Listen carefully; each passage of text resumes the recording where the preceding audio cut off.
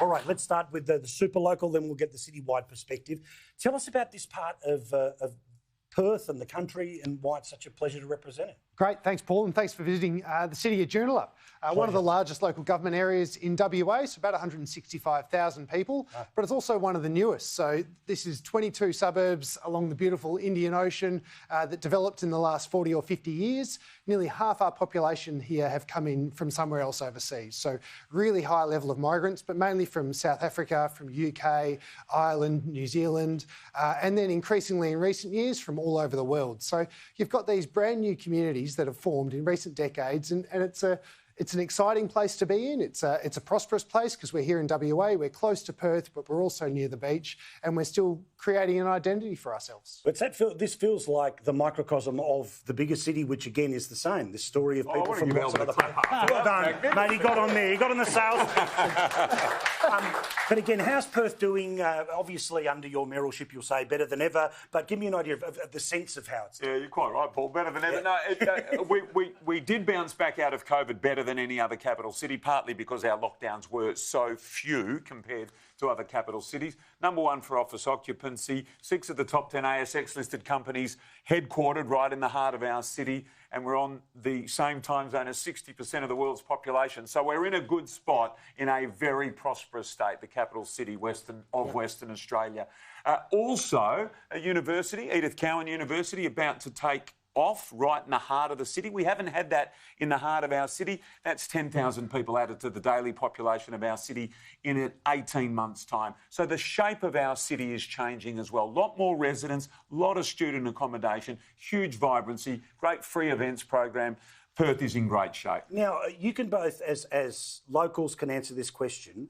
What is something that is uniquely awesome about being a Western Australian? What is the thing that is different about the way people interact compared to people who might be used to the grunts of Sydney and Melbourne? Yes, some laid back in Brisbane, but Basil, what's that thing that is only a Perth thing? Yeah, I'm happy to go. Look, there's always been a great confidence that Western Australians and Perth people have enjoyed. We always knew growing up that Sydney and Melbourne were the big cities, but never ever felt inferior. We always had our own thing going on. We had a great entrepreneurial streak, a great confidence. Maybe it was the isolation that gave us that. So there was always a profound sense of let's just get on and do it.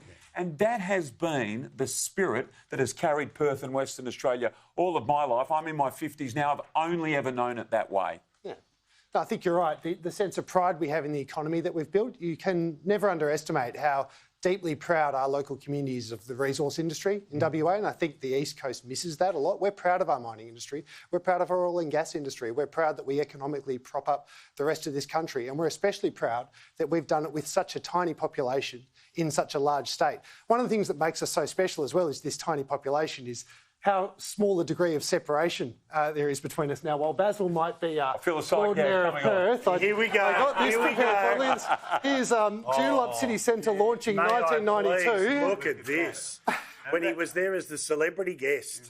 And that haircut, that's not a regulation haircut, by the way.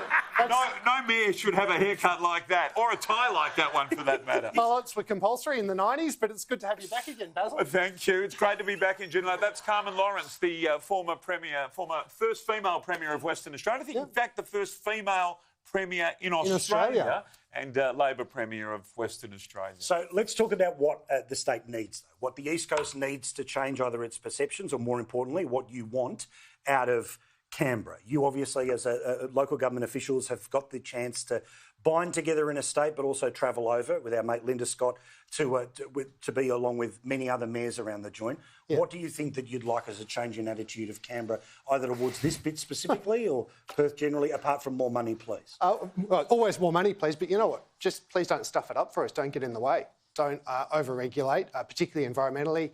Some of the recent moves in Aboriginal heritage on the East Coast are going to make WA very nervous. We're proud of what we've built, and having Canberra bureaucrats trying to regulate what happens here in Western Australia is going to be a death knell for that industry that props up our country. Yeah, and leave the live sheep alone, by the way. You've heard it before.